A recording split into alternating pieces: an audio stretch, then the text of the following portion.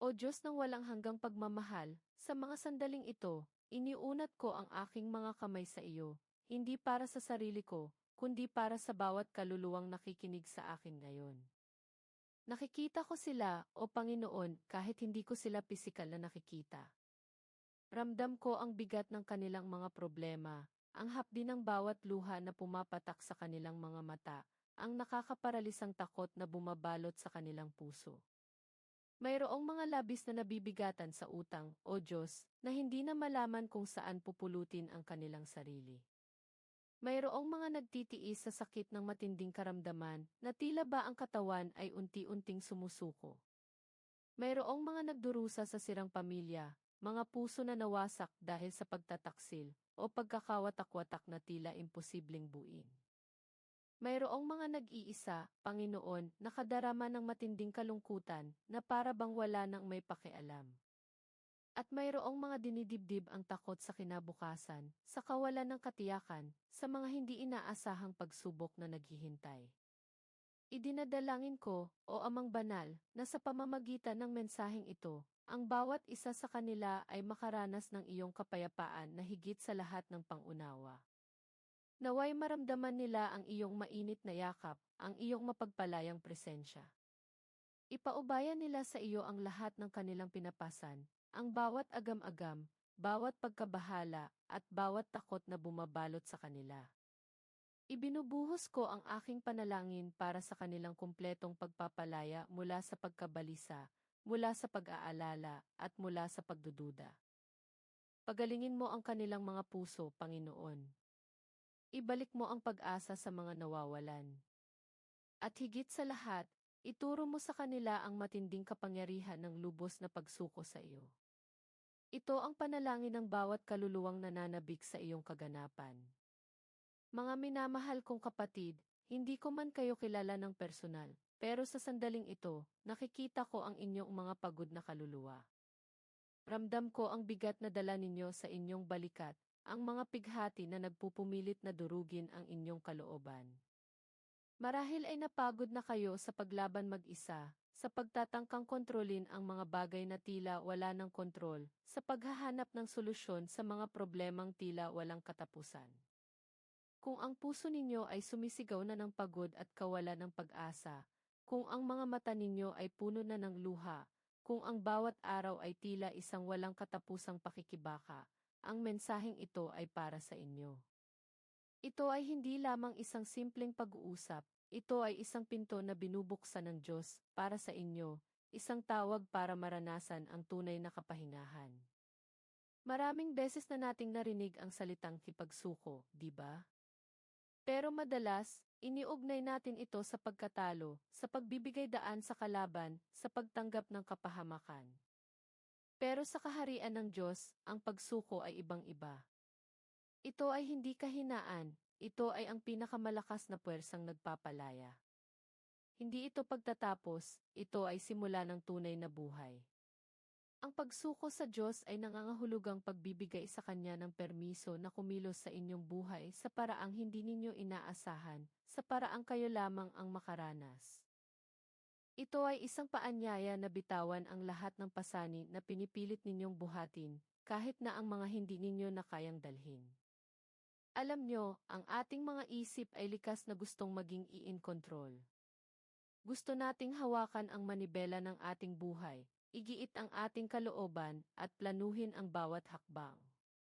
Pero sa katotohanan, gaano nga ba talaga natin kayang kontrolin ang lahat?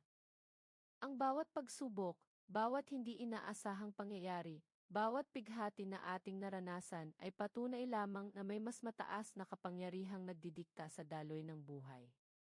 At kung patuloy tayong lalaban sa agos, kung patuloy tayong pipiliting kontrolin ang hindi natin kayang kontrolin, maubusan lamang tayo ng lakas, ng pag-asa, at ng pananampalataya. Ang tunay na kalayaan ay nagsisimula sa sandaling tanggapin natin ang katotohanan ito, na may Diyos na nakahanda at handang-handang tumulong, kung hahayaan lamang natin siya. Mayroong isang kaluluwa dyan na nakikinig sa akin ngayon na ang kalooban ay pinupunit ng pagdududa. Nag-iisip ka, paano ako susuko? Paano ko bibitawan ang lahat ng ito? Hindi ko alam kung paano. Naintindihan ko kayo. Hindi madali ang bumitaw sa mga bagay na nakasanayan nating hawakan, lalo na kung ito ang nagbibigay sa atin ng ilusyon ng seguridad. Pero ang totoo, ang paghawak sa kontrol ng inyong buhay ay ang nagpapahirap sa inyo. Ito ang nagbibigay sa inyo ng takot na baka bumagsak ang lahat, na baka mawala ang lahat. Ang pagkapit sa pag-aalala ay tulad ng paghawak ng isang mainit na uling na balak mong ihagis sa iba, pero ikaw mismo ang napapaso. Sa pagsuko, inaalis mo ang mainit na uling sa iyong mga kamay at inilalagay mo ito sa mga kamay ng isang Diyos na kayang hawakan ang apoy ng walang kapinsalaan. Maniwala kayo sa akin, ang bawat salita na naririnig ninyo ngayon ay hindi basta salita lamang. Ito ay isang paanyaya mula sa Kanya na higit na nagmamahal sa inyo, kaysa sa inyong sarili, na higit na nakakaintindi sa inyong pinagdadaanan kaysa sa sinuman. May isang dahilan kung bakit kayo narito ngayon, nakikinig sa akin. Hindi ito nagkataon lamang. Ito ay isang sandali ng pagpapasya, isang pintuan ng pagbabago na binubuksan sa inyong harapan. Kung kayo ay handa ng bitawan ang pasanin, kung kayo ay handa ng magtiwala ng buo, kung kayo ay handa ng maranasan ang kapayapaan na hinahanap-hanap ninyo, manatili kayo. Dahil ang susunod na bahagi ang magpapakita sa inyo kung paano at bakit ang pagsuko ay ang susi sa lahat ng inyong kalayaan. Ang pagsuko sa Diyos ay hindi nangangahulugang paghinto sa paggawa ng inyong bahagi. Hindi ito pagiging tamad o walang pakialam. Sa halip, ito ay ang pagkilala sa limitasyon ng sarili ninyong kapangyarihan at ang pag-asa sa walang hanggang kapangyarihan ng Diyos. Ito ay ang paggawa ng lahat ng kaya ninyong gawin, at pagkatapos ay pagbibigay sa Kanya ng karapatang gawin ang mga bagay na lampas sa inyong kakayahan. Ito ay ang pagtatanim ng binhi at pagtitiwala sa Diyos na magbibigay ng ulan at sikat ng araw para ito ay lumago. Ito ay ang pagbibigay ng inyong puso at pagpayag sa Kanyang kamay na humubog at magpabago. Gaano ba kadalas na nahanap natin ang ating sarili na nag-aalala sa mga bagay na wala pa namang nangyayari? O kaya, nag-aalala sa mga bagay na nangyari na at hindi na natin kayang baguhin? Ang pag-aalala ay tulad ng isang duyan, nakakapagod ka na sa pag-indayog pero wala ka namang nararating. Ang takot ay isang mabisang sandata ng kaaway upang paralisahin tayo, upang pigilan tayong kumilos, at upang ilayo tayo sa kapayapaan ng Diyos. Pero ang pagsuko ay ang balwarte laban sa takot. Kapag isinuko mo ang iyong takot sa Diyos, inaalis mo ang kapangyarihan nito sa iyong buhay. Binibigyan mo ang Diyos ng karapatang palitan ang takot na iyon ng Kanyang perpektong pag-ibig, na siyang nagtataboy sa lahat ng takot. May mga nagsasabi, mahirap magtiwala, lalo na kung paulit-ulit kang nasasaktan. Naintindihan ko iyan. Ang ating mga karanasan sa buhay ay minsan nagiging hadlang sa ating pagtitiwala, maging sa Diyos. Pero isipin ninyo ito, ang tao ay maihangganan ang kakayahan, may hangganan ang pag-ibig, at may hangganan ang pagiging tapat. Pero ang Diyos, siya ay walang hanggan. Ang Kanyang pag-ibig ay walang pasubali. Ang Kanyang katapatan ay walang kapintasan. Ang Kanyang kapangyarihan ay walang limitasyon. Kaya't kung mayroon mang dapat pagtiwalaan ng buo, walang iba kundi siya. Sa mga sandaling ito, may isang boses sa inyong kalooban na bumubulong, subukan mo. Ano ang mawawala sa iyo? At ang sagot ko ay, ang iyong pasanin, ang iyong takot, ang iyong pagkabahala, ang iyong pag-aalala. Iyan ang mawawala sa iyo. At ang mapapalitan nito ay kapayapaan, kagalakan, at katiyakan na mayroong isang Ama na nagmamahal sa iyo at nagmamalasakit sa bawat detalye ng iyong buhay. Ang pagsuko ay isang kilos ng pananampalataya. Ito ay ang pagpili na magtiwala sa Diyos kahit hindi mo naiintindihan ang lahat ng nangyayari. Ito ay ang pagbibigay ng iyong bakit at pagtitiwala sa Kanyang dahil. Ito ay ang pagpapahinga sa Kanyang pangako na Siya ay gumagawa ng lahat ng bagay para sa iyong ikabubuti, kahit na sa mga pinakamahirap na sitwasyon. Kaya't huwag kayong mag-alala, mayroong paraan, mayroong kasagutan, at ito ay nagsisimula sa isang simpleng salita, pagsuko. Ngayon, bakit ang pagsuko ang sagot? Hindi lang ito basta isang teorya o isang magandang ideya. Ito ay isang prinsipyo ng Diyos na nagbabago ng buhay. Isipin ninyo ang isang pader na inyong itinayo, pader ng kontrol, pader ng pag-aalala, pader ng pagdududa. Pinipilit ninyong lagpasan ang pader na iyon ng mag-isa, pero bawat subok ay nauwi sa pagkabigo at pagkadismaya. Ang pagsuko ay hindi pagtalikod sa pader, ito ay ang pagtawag sa Diyos upang siya ang magwasak sa pader para sa inyo. Ito ang pagpapahintulot sa Kanya na kumilos sa paraan na hindi ninyo maisip, na mas malaki kaysa sa inyong mga plano, at mas mahusay kaysa sa inyong mga inaasahan. Ang ating mga pagkabahala ay madalas na nagmumula sa pagtatangkang ipaalam sa Diyos kung paano nila dapat lutasin ang ating mga problema. Para tayong nagbibigay ng detalyadong instruksyon sa isang inhinyero na siyang gumawa ng buong universo. Hindi ba't katawa-tawa iyon? Ang pagsuko ay ang pagbibigay ng buong plano sa Kanya, kasama ang lahat ng detalye, at pagkatapos ay pagtitiwala na gagawin niya ang pinakamahusay na paraan. Hindi lang basta sa ating pamamaraan, kundi sa Kanyang pamamaraan na laging mas perpekto. Alam nyo, may isang taong lubos kong hinahangaan dahil sa kanyang matinding pagsubok, na kung saan ay nakita niya ang ganap na kapangyarihan ng pagsuko. Ang kanyang pangalan ay Elena. Si Elena ay isang masipag na ina at asawa. Ang kanyang buhay ay tila perpekto, isang maliit na negosyo na maayos ang takbo, 2 malulusob na anak, at isang mapagmahal na asawa. Pero isang araw, tila gumuho ang kanyang mundo. Nalaman niya na ang kanyang asawa, na siyang nagpapatakbo ng kanilang pangunahing negosyo, ay matagal nang nagtatago ng malalaking utang dahil sa adiksyon sa sugal.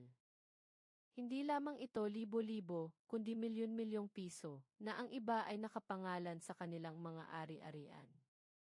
Sa isang iglap, nawala ang lahat ng kanilang ipinundar, at nanganganib pang mawala ang kanilang bahay.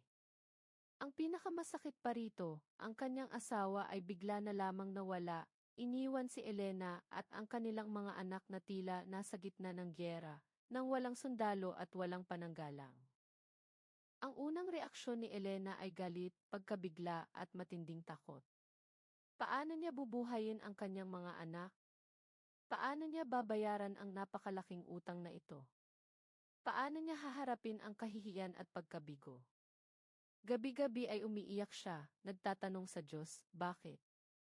Bakit po kami, Panginoon? Wala na po ba kaming pag-asa? Sinubukan niyang maghanap ng paraan, lumapit sa mga kamag-anak, nagsikap na magtrabaho ng 2 trabaho, pero ang bigat ng problema ay tila ba lumalaki lamang. Ang bawat umaga ay tila simula ng isang panibagong bangungot. Napakaraming boses ang bumubulong sa kanyang isip, tapos ka na. Wala ka nang magagawa. Sumuko ka na lang sa problema. At sa loob-loob niya, pakiramdam niya ay unti-unti na siyang sumusuko, hindi sa Diyos, kundi sa kawalan ng pag-asa. Isang gabi, habang nakaluhod siya sa sahig, umiiyak ng walang tigil, napansin niya ang isang lumang Biblia na nakapatong sa kanyang bedside table. Matagal na niyang hindi ito binubuksan. Sa kanyang paghahanap ng anuman, kahit maliit na pag-asa, binuksan niya ito sa isang random na pahina. Ang kanyang mga mata ay napadpad sa isang talata. Ihulog mo kay Yahweh ang iyong pasanin, at siya ang bahalang mag-alaga sa iyo. Hindi niya kailanman pababayaan ang matuwid. Salmo 55:22. Tila ba may umakyat na init mula sa kanyang mga paa hanggang sa kanyang ulo? Ito ay hindi lamang isang talata, ito ay isang direktang sagot sa kanyang pusong sugatan. Sa sandaling iyon, parang may kung anong bahagi ng kanyang sarili na bumitaw. Hindi niya pa naiintindihan kung paano, pero nagpasya siya, susuko siya. Susuko siya sa Diyos. Hindi ito madali. Kinailangan niya ng lakas na humarap sa bawat taong nilapitan niya, sa bawat ahensya ng gobyerno na humaharap sa problema niya. Pero sa bawat hakbang, may kakaibang kapayapaan siyang nararamdaman. Imbis na mag-alala kung paano niya babayaran ang utang, ipinagdarasal niya ang bawat isa sa kanyang mga pinagkakautangan, hinihiling sa Diyos na magbigay ng paraan para makabayad siya sa tamang panahon. Imbis na magalit sa kanyang asawa, ipinagdarasal niya ito at binibitawan ang galit na kumakain sa kanyang puso. Ang kanyang panalangin ay nagbago mula sa bakit ako, Diyos, patungo sa anong gusto mong gawin ko, Panginoon. At sa bawat araw, mas lumalim ang kanyang pagtitiwala.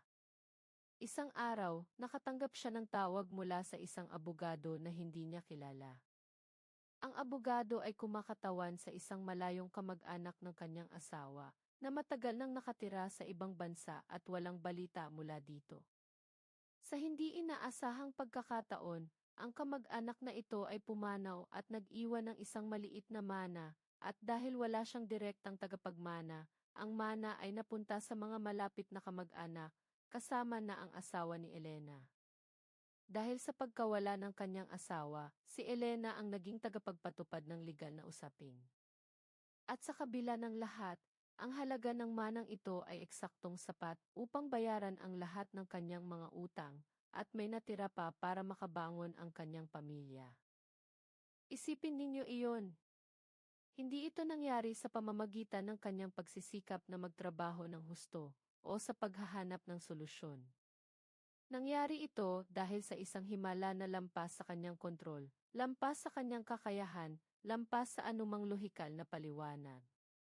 Siya ay sumuko, at ang Diyos ang kumilos sa paraang hindi niya kailanman inakala. Hindi lang niya nabayaran ang kanyang mga utang, naranasan niya ang isang kapayapaan na hindi kayang bilhin ng pera, at isang pananampalataya na hindi kayang sirain ng anumang pagsubok. Ang kanyang kwento ay isang testamento sa kapangyarihan ng lubos na pagsuko. Ngayon, bakit ko ito ikinukwento sa inyo? Dahil tulad ni Elena, marami sa atin ang nabibigatan sa mga problemang tila walang solusyon. Marami sa atin ang nagtatangkang kontrolin ang isang sitwasyon na kailangan ng bitawan. At marami sa atin ang nakakalimot na mayroong isang Diyos na mas malaki kaysa sa ating pinakamalaking problema, at mas makapangyarihan kaysa sa ating pinakamalaking takot. Kung kaya niyang gawin ang himalang iyon para kay Elena, kaya niya ring gawin ang higit pa para sa inyo. Huwag kayong mag-alinlangan. Ang susi ay ang pagsuko. Alam nyo, ang pagsuko ay hindi lamang isang desisyon, ito ay isang proseso. Hindi ito isang besesang pangyayari na naganap at natapos na. Ito ay isang patuloy na pagpapasya na bawat araw, sa bawat oras, sa bawat hamon, ay pipiliin mong magtiwala sa Diyos higit sa lahat ng bagay. Tulad ni Elena, hindi niya agad nakita ang solusyon. Pero patuloy siyang nagtiwala, patuloy na nagdasal, at patuloy na isinuko ang kanyang pasanin sa Diyos. At sa tamang panahon ng Diyos, sa kanyang perpektong oras, ipinakita niya ang kanyang kapangyarihan. Mayroong isang bagay na nais kong ipaunawa sa inyo, na napakahalaga. Hindi kailanman sinabi ng Diyos na hindi tayo makakaranas ng problema. Sa katunayan, sinabi niya na sa mundong ito ay magkakaroon tayo ng mga paghihirap. Pero ang kanyang pangako ay ito, sa mundong ito'y magdurusa kayo, ngunit lakasan ninyo ang inyong loob sapagkat nadaig ko na ang sanlibutan. Juan 16:33 Ang pagsuko ay hindi pag-iwas sa pagdurusa, ito ay pagharap sa pagdurusa ng may kapayapaan, dahil alam mong mayroong kasama ka na mas malaki kaysa sa pagdurusa. Ang problema ay nagiging pagkakataon para ipamalas ng Diyos ang kanyang kaluwalhatian. Ang bawat takot na inyong kinakaharap ay pagkakataon para ipamalas ng Diyos ang kanyang kapangyarihan. Kung patuloy nating pipiliting kontrolin ang lahat, hindi natin bibigyan ng puwang ang Diyos na kumilos. Para tayong isang bata na ayaw bitawan ang kanyang laruan sa kanyang ama, kahit na nais ng ama na ayusin ito. Kung hindi mo bibitawan, paano ito maaayos? Kung hindi mo ipagkakatiwala, paano ka magkakaroon ng kapayapaan? Ang dasal ng pagsuko ay higit pa sa mga salitang sinasabi mo. Ito ay ang kondisyon ng iyong puso. Ito ay ang pagpapasya na bigyan ng ganap na kapamahalaan ang Diyos sa bawat bahagi ng iyong buhay, sa bawat desisyon, sa bawat relasyon, sa bawat pinansyal na sitwasyon, sa bawat karamdaman at sa bawat takot. Ito ang pagpapaubaya ng iyong mga plano, ng iyong mga pangarap, ng iyong mga inaasahan, at pagtitiwala na ang kanyang mga plano para sa iyo ay higit na dakila kaysa sa anumang maiisip mo. At sa mga sandaling ito, may isang nagtatanong sa kanyang isip, saan ako magsisimula? Magsisimula ka sa pamamagitan ng isang taos pusong panalangin. Isang panalangin na nagmumula sa kaibuturan ng iyong puso, hindi lamang sa labi. Isang panalangin na nagpapakita ng iyong kahinaan at ang iyong kumpletong pag-asa sa Diyos. Hindi kailangan ng magagarbong salita. Hindi kailangan ng mahabang dasal. Ang kailangan ay isang tapat na puso na handang bumitaw. Narito ang ilan sa mga praktikal na paraan upang isagawa ang idasal ng pagsuko sa inyong pang-araw-araw na buhay. Hindi ito isang formula, kundi mga gabay na tutulong sa inyong lumalim sa inyong pagtitiwala sa Diyos. Una, ang pagkilala. Kilalanin na hindi mo kaya ang lahat. Kilalanin na may mga bagay na lampas sa iyong kontrol. Ang pagkilala sa iyong limitasyon ay ang unang hakbang tungo sa pagkilala sa walang limitasyong Diyos. Huwag kang matakot na umamin ng kahinaan. Sa iyong kahinaan, doon lumalabas ang lakas ng Diyos. Pangalawa, ang pagpapahayag. Sa panalangin, ipahayag mo ng malinaw ang lahat ng iyong pinapasan. Pangalanan mo ang bawat problema, bawat takot, bawat pagkabahala. Para kang naglalabas ng lahat ng nakaimbak sa iyong puso at isipan. Kung ito ay utang, sabihin mo, O Diyos, isinusuko ko ang aking utang. Hindi ko alam kung paano ito babayaran, pero ikaw ang aking tagapaglaan. Kung ito ay karamdaman, sabihin mo, isinusuko ko ang sakit na ito sa iyo, Panginoon. Gamitin mo ako para sa iyong kaluwalhatian, maging sa sakit na ito. Walang masyadong maliit na detalye para isuko sa Diyos. Walang masyadong malaking problema para isuko sa Diyos. Ibigay mo sa Kanya ang lahat. Pangatlo, ang pagtitiwala. Pagkatapos mong ipahayag ang iyong mga pasanin, magtiwala ka. Ito ang pinakamahirap na bahagi para sa marami. Ang pagtitiwala ay hindi lamang isang pakiramdam, ito ay isang desisyon. Sa kabila ng iyong nararamdaman, sa kabila ng iyong nakikita, piliin mong magtiwala na ang Diyos ay kumikilos. Alisin mo ang pag-aalala. Kapag isinuko mo ang isang bagay sa Diyos, huwag mo na itong bawiin. Para kang naghulog ng isang bagay sa bangin at pagkatapos ay pinilit mo itong habulin. Huwag. Kapag isinuko mo, hayaan mo siya na magtrabaho. At pang-apat, ang pagpapahinga. Pagkatapos mong isuko ang lahat, magpahinga ka sa kanyang presensya. Damhin mo ang kapayapaan na dulot ng pagbibitaw. Ang kapayapaan na ito ay hindi nangangahulugang nawala na ang problema, nangangahulugan lamang ito na mayroon ka ng kapayapaan sa gitna ng problema. Ito ang kapayapaan na higit sa lahat ng pangunawa, na siyang magbabantay sa iyong puso at isipan sa pamamagitan ni Kristo Jesus. Ito ang iyong pahinga sa gitna ng unos.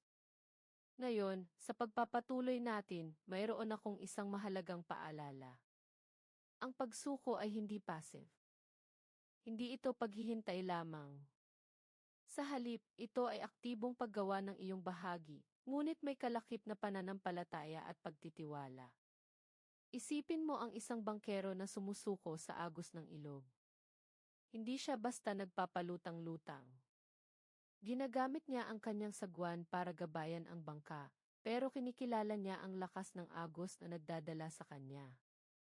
Sa parehong paraan, gawin mo ang iyong makakaya sa bawat sitwasyon, pero sa huli, bitawan mo ang resulta sa mga kamay ng Diyos. Huwag kayong matakot sa hindi alam.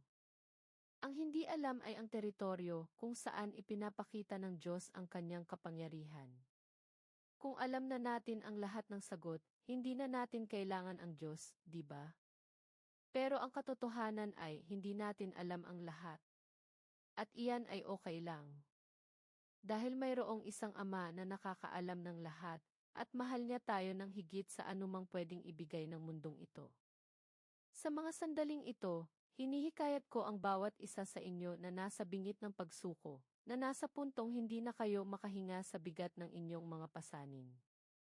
Hindi kayo nag-iisa. Ang Diyos ay kasama ninyo. Ang kanyang mga kamay ay nakaunat, naghihintay na inyong hawakan. Ang kanyang pag-ibig ay bumabalot sa inyo, nais niyang pagalingin ang bawat sugat, patuyuin ang bawat luha, at punan ang bawat kawalan. Ang dasal ng pagsuko ay isang paanyaya sa tunay na kalayaan. Kalayaan mula sa pag-aalala. Kalayaan mula sa takot. Kalayaan mula sa pangangailangan na kontrolin ang lahat. Kalayaan na magtiwala na ang Diyos ay may perpektong plano para sa iyong buhay, at Siya ang bahala sa lahat ng iyong kailangan. Ito ay isang pangako na hindi kailanman nagkukulang. Ang bawat sandali na ginugol mo sa pagkabahala ay isang sandali na nawala sa iyong kapayapaan. Ang bawat sandali na ginugol mo sa pagtatangkang kontrolin ang hindi mo kaya ay isang sandali na naubos ang iyong lakas. Bitawan mo na. Ipagkatiwala mo na. Ang bawat hamon na inyong kinakaharap ay hindi para durugin kayo, kundi para hubugin kayo at ilabas ang mas malalim na pananampalataya sa inyo. Huwag kang tumingin sa laki ng iyong problema, tumingin ka sa laki ng iyong Diyos. Siya ang gumawa ng langit at lupa. Siya ang naghiwalay ng dagat. Siya ang bumuhay ng patay. At siya ang nagmamahal sa iyo ng higit sa lahat ng pwedeng ibigay ng mundong ito. Kung mayroon kang kakayahan na manalangin, mayroon kang kapangyarihang magbago ng lahat. At ang dasal ng pagsuko ang iyong susi sa kapangyarihang iyon. Huwag ninyong hayaan ang nakaraang sakit na humadlang sa inyong pagtitiwala sa hinaharap. Ang bawat sakit ay may katapusan. Ang bawat luha ay pupunasan. Ang bawat sugat ay gagaling. At ang bawat takot ay aalisin ng perpektong pag-ibig ng Diyos. Hindi niya kayo nilikha upang mamuhay sa takot, nilikha niya kayo upang mamuhay sa kalayaan at kapayapaan. Kaya't piliin ninyo ang kalayaan ngayon. Piliin ninyo ang kapayapaan ngayon. Piliin ninyo ang pagsuko ngayon. Sa mga sandaling ito, nadarama ko ang pagdaloy ng presensya ng Diyos. Ito ay hindi lamang isang pakiramdam, ito ay katotohanan. Ang Diyos ay narito, nakikinig sa bawat hibik ng inyong puso, sa bawat pagtawag ng inyong kaluluwa. Ang dasal ng pagsuko ang inyong sagot sa lahat ng inyong problema at takot. Ito ang inyong daan tungo sa kapayapaan na hinahanap-hanap ninyo. Kaya't sa ngayon, ipapaubaya mo na ba ang lahat? Handa ka na bang bitawan ang lahat ng pasanin na pinipilit mong buhatin? Handa ka na bang ipagkatiwala sa Kanya ang bawat takot na bumabalot sa iyo? Kung ang sagot mo ay, mayroon akong isang mahalagang hakbang para sa iyo. Ito ay isang hakbang ng pananampalataya, isang gawa ng pagsuko na magbabago ng lahat. Sa loob ng iyong puso, o kung kaya mo, sa pamamagitan ng iyong bibig, sambitin mo ang mga salitang ito. Hindi ito isang magic spell, kundi isang deklarasyon ng iyong puso na susuko sa Diyos. Ulitin mo ito ng may buong pagtitiwala. Mahal na Diyos, isinusuko ko ang lahat sa iyo. Isinusuko ko ang aking mga problema, ang aking mga takot, ang aking mga pag-aalala. Hindi ko na kaya ang bigat na ito. Nananampalataya ako na ikaw ang bahala. Nananampalataya ako sa iyong kapangyarihan. Nananampalataya ako sa iyong pagmamahal. Bitawan ko ang kontrol at ipinagkakatiwala ko ang aking buhay sa iyong mga kamay. Gawin mo sa akin ang iyong kalooban. Amen. Ngayon, kung nagawa mo iyan ng buong puso, maramdaman mo ang isang pagbabago, isang kapayapaan na nagsisimulang bumalot sa iyong kalooban. Ang dasal ng pagsuko ay hindi lamang isang paghingi, ito ay isang kilos ng pagtitiwala na nagbubukas ng pintuan para sa kapangyarihan ng Diyos na kumilos sa iyong buhay. Huwag kang mag-alala, hindi kanya kailanman pababayaan. Hindi kanya kailanman susukuan. At hindi kanya kailanman kakalimutan. Sa mga sandaling ito, hinihimok ko kayong lahat na manatili sa presensya ng Diyos. Huwag kayong magmadali. Hayaan ninyong ang kanyang kapayapaan ay bumalot sa inyong bawat hibla ng pagkatao. Kung mayroong kahit anong bahagi pa ng inyong buhay na hindi ninyo na isusuko, isuko ninyo ito ngayon. Ang Diyos ay handa nang tanggapin ang lahat ng inyong pasanin at palitan ito ng kapayapaan na higit sa lahat ng pangunawa. Pumikit ka ng sandali. Huminga ka ng malalim. At damhin mo ang pagkakaroon ng Diyos sa tabi mo. Hindi ka nag-iisa sa laban na ito. Siya ang iyong kakampi. Siya ang iyong tagapagtanggol. Siya ang iyong kapayapaan. Ipagkatiwala mo sa Kanya ang lahat, at makikita mo ang Kanyang himala sa iyong buhay. Ang dasal ng pagsuko ay ang simula ng iyong tunay na kalayaan. Ito ang simula ng isang buhay na puno ng kapayapaan, kagalakan, at katiyakan sa Kanyang pagmamahal. Mga minamahal kong kapatid, alam kong marami sa inyo ang nakaranas ng matinding pagsubok, matinding takot, at matinding pagkabahala. Pero narito ako upang sabihin sa inyo, may pag-asa. May solusyon. At ito ay nasa pagpapaubaya ng lahat sa Diyos.